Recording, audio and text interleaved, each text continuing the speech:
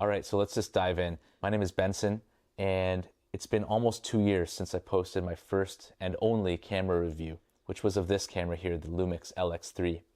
I was so surprised and grateful as a new YouTuber that more than 20,000 of you watched that video and left such positive comments. I really felt like I belonged to a bit of a community. The focus of that video and my focus in photography has been a certain nostalgic look that's often associated with film photography. Up until fairly recently, I would have said that the LX3 was the best candidate, all things considered. But recently, another camera has taken its place in my pocket. That's why I decided it was finally time to make another video. I didn't want a clickbait video that says, here's how you take digital photos that look like film, without having something that I genuinely felt was worth sharing, something that I hope will help you all create the photos that you are envisioning. So, without further ado, this video is about the Canon PowerShot S70. I will tell you all about this camera and my thoughts on it and how to get the most of it and how I edited these photos. But the best part of every photography video is the sample photos. So I've got a few sections in this video focused on showing you some samples. I also make music, so if you like the music, I appreciate you checking it out on whatever streaming service you listen to music on. And if not, please feel free to mute the video. All right, let's check out some photos. Backward fires under morning stars, open water and Great Lake blues. We can fight in dappled moons, but it never comes.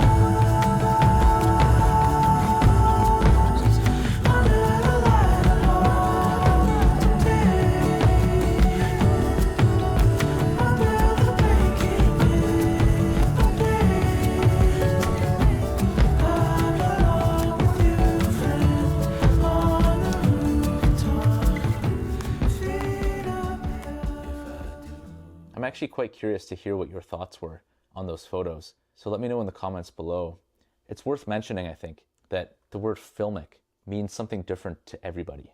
I mean, how many different film stocks are there? How many different ways are there to develop and process these images? How many different photographers are there? And how many different cameras have they used?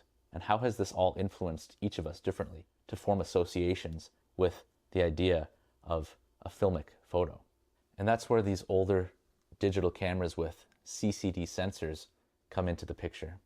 If this camera truly wants to overthrow the reigning king of digicams, in my opinion, then we should do a side-by-side comparison.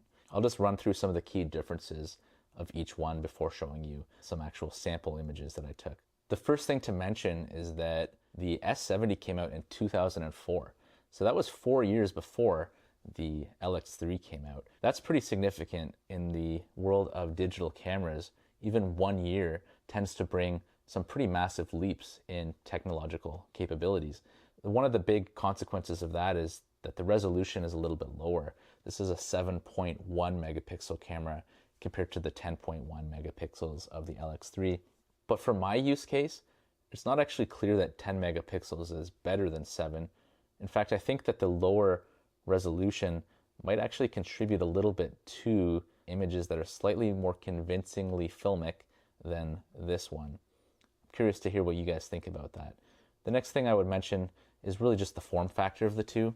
There's a compromise with each one. The LX3 has that large lens that sticks out from the front. So as far as putting these in your pocket, neither one is great. Let me just take the case off the LX3 so it's a fair comparison. They both weigh about the same, and there's really no clear winner here. It's a matter of preference. I find both of them are a great size as far as being able to just fit into a bag, a coat pocket, something like that. Something else you might consider is the size of the screen, which is much bigger on the LX3. Here, I'll turn it on so you can see it, versus if I turn on the S70 here, it is a much smaller screen. Again, it's up to personal preference. Some people might prefer that the actual user experience of shooting is a little bit more reminiscent of a point-and-shoot film camera, in which case I think this would definitely win because it has an actual optical viewfinder. Although the viewfinder does not look through the lens, I'll talk about that more later in the video. It does zoom in and out, which is kind of fun. The last thing that I definitely prefer on the LX3 is how you turn it on, which is just that little switch on the top. And that's reliable, it's easy, it works. Whereas notoriously the mechanism for these types of cameras is finicky and annoying. You have to pull this cover off from the lens until it clicks, and then you have to push it up against the lens and then the rest of the way. And I have heard reports online of these mechanisms failing. Another thing is sometimes it opens part of the way and then it can get kind of stuck, and then you're here and you're trying to turn the camera on and it just doesn't click into that final position, especially when you're in like a warm climate or something. It's just not as reliable as having a button. Last major difference would be that this uses a CF card. So I've got an 8GB card in there. If you're not familiar with CF cards, it's not a huge deal. You can buy them online, and you can easily buy adapters online that allow you to plug it in. I have a USB-C one, so I can plug it into my iPad or my computer and access the files, no problem. They are a little bit slow, and I'm not sure what the maximum capacity is that is compatible with this camera, but I can say that my 8GB one works fine, and that gives me a few thousand photos worth of storage because of the 7-megapixel size of each photo, even in RAW.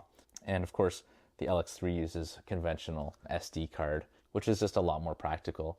And it's much less expensive to buy high-capacity SD cards, and then you can use them on multiple cameras, etc. You can get CF adapters that convert SD cards into CF cards. I tried that once. It didn't work. Maybe you'll have better luck than me, but for me, it just wasn't even worth trying. Ergonomically, I think most people would probably prefer the LX3 with this small finger grip that they have here, especially if you add something like this thumb grip. There's no hot shoe mount on the S70, which obviously there is on the LX3. LX3's flash, by the way, pops up, whereas the S70's is uncovered by the sliding cover there. Both give you that kind of 90s, early 2000s, in your face flash look. If you're looking for disposable camera type look at a party, they'll both get you that look, no problem. And as far as batteries, they both are readily available online. They both hold the charge great. I haven't had any issues with either in that regard. And they both have tripod mounts that are slightly off center. And here's a look at the ports available on both cameras. I've noticed that the LX3's USB port is not a very conventional USB. It's not like a mini USB or micro USB. It's a different kind that fortunately came with the camera for me, and some of my other cameras use the same one. A lot of those older cameras have more unusual USB cords. If you want to transfer your images to your computer that way, you can. Those are some of the quirks that come with using some of these older digicams. By the way, while I'm holding this LX3, a few of you asked where I got this screw-on lens cover. It's got these 3 little leaflets. The answer is, I don't know. It came with the camera. I bought it used on Facebook Marketplace, but if it's of any use to any of you, it says JJC ALC-3. Some of you asked whether I was shooting JPEG or RAW, and it was a mix of both. For the JPEG settings, you can actually see it on the screen in that video when I flip through. If you look at the My Film section, it shows what settings I have set up with this camera. And I expect some of you might be curious where I got this leather half case. Same deal, it came used with the camera, so I can't help you there. And lastly, I've added this little thumb grip to the top. It's got a little panda on it. Hopefully that isn't the logo for something that I'm not aware of, but I thought it was pretty cool. So you can just find those. They're just hot shoe mount thumb grips, pretty universal. Seems to be quite the trend. Hopefully that's helpful for some of you. Let's dive into a photo comparison between these two cameras. So I went on this little day trip excursion with my wife.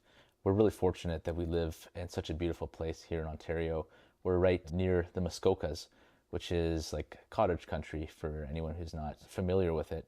And there are a number of towns in and near Muskoka. One of them is Parry Sound. So we made a day trip out of going to Parry Sound. I brought both these cameras. I probably wasn't the most fun companion on that trip because every time we walked somewhere, I had to stop and try and take a picture with each camera and try and frame them up relatively similarly. It wasn't a very scientific test. I put both cameras on auto mode and just shot, let the camera decide the exposure and the white balance. For me, that's kind of the use case of these cameras. I'm not here to be dialing in manual settings for each photo, but it is an option. These both shoot RAW and they both do have manual modes. I'll put the Lumix on the left, I'll put the Canon on the right, and all of the images will be RAW and then edited to my taste, but any editing that's done to one photo will be done to the other, and I'll talk about my editing process towards the end of this video. So yeah, check it out. These are the photos I took in Parry Sound.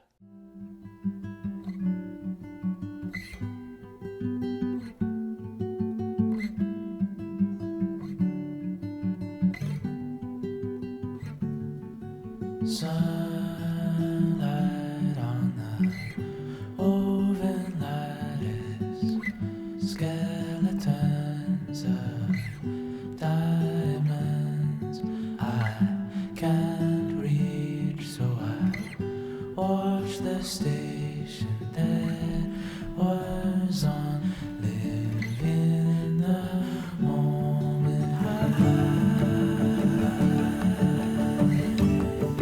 A tree falling by the ocean, I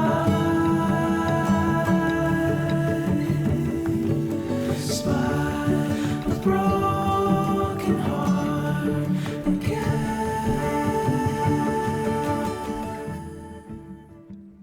So what did you think? Did one of the cameras look a little bit more analog to you? To my eyes, the Canon has the edge there. There's just something about it. What that is, I can't quite put my finger on. I could guess that it could be as simple as the lower megapixel count. It could be the color science. It could be something as innocuous as the coating on the lens. It could be the noise reduction software, the quality of the grain. Any number of these things will impact the final result of the image. But the S series of Canon is well known. A lot of people have talked about the S95 as being like the perfect digicam for getting that film look. It's a lot more modern. It's a much smaller camera. But these older cameras in the S series are often referred to as the Canon bricks. There's something really special about the way that they render images. As technology evolves over time, there's going to be a point at which it just has the right attributes for the type of image that you're looking for. And for me, that's the S70. Any of the adjacent models, the S60, etc., they're all really good. They all are very similar in the images that they give you. So don't get too hung up on getting this exact camera. If you like the way that my sample images look, you can get something super similar from any of its siblings. Here's a close-up look. I bought it on eBay, so it's a little bit dinged up. But the way that you turn it on is that you slide this door all the way back and the camera automatically turns on.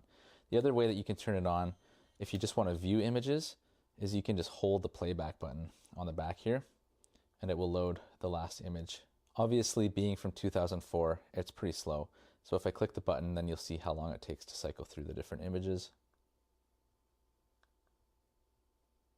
And then you can also zoom in and out using the telephoto and wide buttons. The actual optical viewfinder there, like I said, doesn't actually look through the lens. If you put your hand in front of it, you'll see your hand in the viewfinder even if it's not in the lens. When the lens is all the way out, you can see part of the lens when you look through that. But I always like these types of viewfinders that zoom in and out with the lens. I think that's pretty neat. Having that viewfinder to me does give you that analog feeling, kind of like a disposable camera, especially with this kind of chunky square form factor. If you want to lean into that sort of filmic experience, you could turn the screen right off by hitting the display button twice. The first time you hit it, it brings up some different icons, and then hitting it again turns the screen off. The menu is pretty typical of those early Canon cameras, similar to the G series cameras if you've ever used those. So you've got a recording menu, setup menu, and a My Camera menu. There aren't a ton of options, but I'll just cycle through so you can get a quick look at everything that's in this menu here. As far as the actual adjustments that you can make to the images themselves, that's done under the function menu. And here you can see there's a few different backdrops that they have available. Pretty awesome. So yeah, when it comes to actually shooting, if you bring up the function menu on the side here, this function button, that's pretty much where all the different adjustments to the actual image will be. So you can adjust your exposure, your white balance, your drive mode, your ISO, your effects. So the color profiles are pretty limited. It's either off, vivid, neutral, low sharpening, sepia, black and white, or custom effect, which is the only one that you can modify, and that just allows you to adjust the contrast, sharpness, and saturation. So there's not really a ton of options there. Like for black and white, for example, you can't adjust the contrast or anything like that. Whereas on the LX3, Lumix has such a nice dynamic black and white filter. Then you've just got bracketing, flash, and the image size. So it does shoot in RAW. One thing that I didn't mention with the LX3, but is in that video, is that the LX3 is one of those Lumix cameras with the unique feature of changing the aspect ratio using a built-in toggle on top of the lens without actually doing any digital cropping. So the resolution remains the same regardless of whether you're shooting 4:3, 3:2, or 16:9. The second button on the side here is the manual focus button, which is kind of cool that you have that option. So you can hold it down and then you can move with the arrow buttons, and a little pop-up picture inside picture shows up, and you can use the up and down buttons if for some reason you're trying to manual focus on something. And then lastly, you can adjust how your exposure is being detected. As far as the top of the camera, you've got the shutter button, which is just like a plasticky chrome button. It does have like a half press and full press option. And then you've got all these different settings. Again, the different modes that they have here are pretty limited. You got like portrait and landscape, and obviously the video quality will be very limited in 2004. I haven't even tried or looked into that. There are a few different fun things as far as like if you want to do a panorama, you can do a few different versions. So you can do like side by side, right to left, left to right, bottom up, top down. But the grid is kind of fun because then you could take like a higher resolution picture. If I take one, it'll then display it. So then when I go to take the next one, I can line it up with the first one, which I won't really be able to do because I'm looking at a monitor right now, but you get the gist. You can manually line them up, and then the camera will stitch them together to make your larger image, which is kind of cool. So yeah, there's not a ton to mention. As far as accessing the battery, super easy. CF card is here, pop it out, that little gray button, and battery, super easy to find these batteries online. Oh, if you're going through an airport, you can write the watt hours on there. Don't take my word for it, but I think that's correct. But yeah, it holds a charge well. I hardly ever have to change it. Like one is usually good. And the last two buttons, there's a macro mode, and you can turn your flash on and off with that. So all in all, super basic camera, but my favorite thing is just it's super early 2000s, being this kind of rounded but cubic shape, the different tones of gray, the chrome, it all comes together to be something that you don't really get to experience so much these days. So it's a little bit more retro than using something like the Lumix, which is a little bit closer to the form factor that you see even in today's models, like the LX100 series, etc. All right, so I promised I would talk about editing. A number of you commented in my last video asking how I edit my photos, especially regarding my photo zine that I self-published called One Happy Island. I'll just quickly plug this, I guess if you haven't heard of it. It is available on Amazon internationally. I have a video on my channel where I walk you through how I made this, my thought process behind some of the photographs, some interesting stories that came up along the way, and how I did it on a really, really cheap budget. So I've got some good tips in there. Definitely check that video out. And I mentioned in that video, with all sincerity, that I don't entirely know how I edited those images. Because I was going through so much experimentation, I was using every resource that I could to try and create the look that I had in my mind. I started off with the most conventional approach, which is Adobe Lightroom, and I bought a number of third-party preset packs that different people had made. None of them really quite did what I was hoping they would do. I tried dedicated software like Dehancer, a plugin for DaVinci Resolve, a standalone version. I tried DxO, Film Pack. I downloaded, I think, just about every app on the Apple App Store that has anything to do with editing images to look like film. Each app had something unique to offer, but none of them did everything well. I ended up coming up with this really cumbersome workflow to try and take the best aspects from each application, but it was really tedious. I would have to put the photos onto my iPad, so I would import it into one application, maybe apply a preset there, export it, apply some halation or some glow in another one, export it, apply some film grain in another one, and you can imagine how impractical that is, because a lot of these apps didn't even have the option to batch process images, so I would have to do it one at a time, and I would end up with duplicates of each image, and it would be hard to undo any of the steps. It just became a bit of a nightmare, but it got me the results that I wanted. And one thing that contributed quite a lot to the look of the images in this book, which is something I talk about in the video about making this book, was that I printed the images initially just in an effort to sequence them. I printed them on actual photo paper. I ended up liking the way they looked so much on photo paper that I rescanned the images from the photo paper.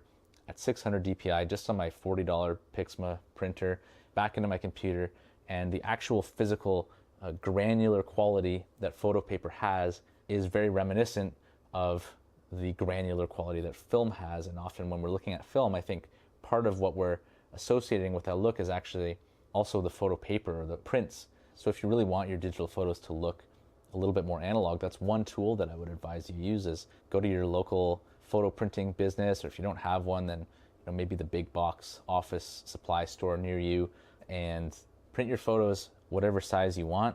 Then you can digitize them again, either using a scanner, going to the library, using their scanner, whatever, and end up with something that has a lot more of an analog quality, which might be worthwhile if you're making a photo book or something and you want something that feels a little bit more textural and tangible. So that's one tip that I have.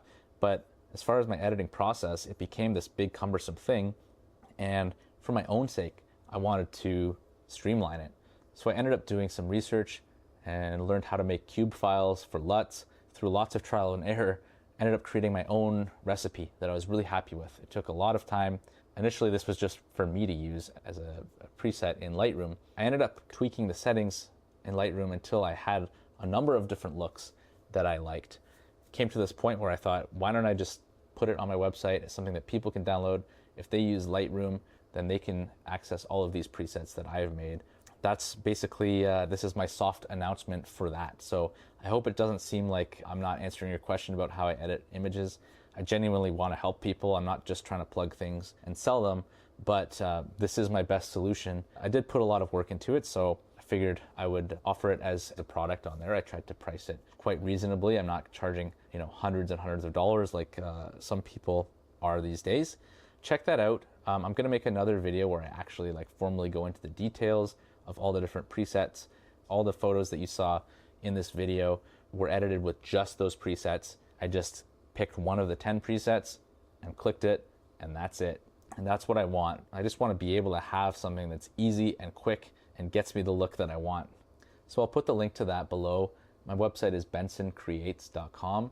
There will be a section on there for the presets. These are the only ones I have so far, but I'm hoping in the future maybe to try a little bit more as more problems come up. I don't want to just create stuff for the sake of selling it and trying to make money. I'm not going to make much money off this. I want to put things out there that are genuinely helpful, things that I haven't seen existing yet, things that work better than what I've tried. So let me know if you have that experience, if you end up buying them. And as a big thank you for watching this video and being one of the first people to be here and support what I'm doing, here's a coupon code that you can use. You can stack the coupon code with the current sale price as well, so you get a double discount. And there are a lot more sample images on there that aren't from just these two cameras. Just as a quick disclaimer, these presets really are only meant for CCD sensor cameras. Half of that look comes from the presets and half of it comes from the type of camera and sensor that you use. So I just wanted to mention that as well, because I'm sure you work hard for your money. I don't want you buying this if it's not what you're looking for. But if this is the kind of photography that you're into, I hope these presets help you get that look that you want. And they do work on mobile as well as the desktop versions. All that info's on the website. The only other editing tip that I think is worth sharing is something that I actually baked into these presets, but you can totally use even if you don't want to buy them, which is to vary the amount of grain on various parts of the image depending on exposure. So what I mean by that is if you look at real analog images, of course this is a generalization, every film image is unique. But in general, when you look at those pure whites and highlights on a film image, there's hardly any grain at all. The grain tends to be concentrated more in the mid-tone range of the image. With digital cameras, most of the grain that you see is in the shadows. And with a lot of these presets, what people do is they just crank up the gain slider and you end up with the salt and pepper looking clouds in your landscape image, and it doesn't look like film. So my workaround for that, again, this is built into the presets, is that I just created a few masks based on exposure and modulated the grain to be proportionate to the exposure. So in the highlights, create a mask that's focused on just the lightest areas of the image and reduce the grain in those areas. In the midtones, increase it. In the shadows, decrease it. You can play around with the roughness and size of the grain. I would recommend just looking at film images that you like and tweaking it to resemble that. And you don't even have to have Lightroom to do this. There are a number of other types of software out there that allow you to create masks based on exposure. That was a useful revelation to me when I was looking at different film images when designing these presets. I should mention the name of the preset pack, I guess. It's 10,000 rolls of film. Kind of just a fun way of saying I wanted you to feel like you always had another roll on you. My vision and goal is to allow people the freedom and flexibility of using a digital camera, not having that pressure of should I take the picture, should I not, because I've only got this many frames left, and then missing something in that decisive moment. I want people to have the freedom to experiment, try different things out, see what looks good, and digital is fantastic for that, but still be able to have that certain ethereal quality, that dreamlike quality that certain film photos have, that to me make the photos feel larger than life. So that's my goal with the photography videos that I'll be posting on this channel. They may be few and far between. I've got a lot going on outside of photography in my life, but if that's the kind of thing you're interested in, I definitely do appreciate you hitting subscribe, giving me a like, and I try to respond to comments if I have time, and I'd love to see what your thoughts are on all the things I asked you. Thank you so much for watching. My name is Benson. If you want to be following what I do, hit subscribe here and check out my website, Bensen.Creates.com. I'm currently working on making art, music, making photography, poetry, all kinds of stuff. So really appreciate any of you who are interested in following along with that. And I encourage all of you, as always, to go create something meaningful, put your voice out into the world, and I'm wishing you all the best.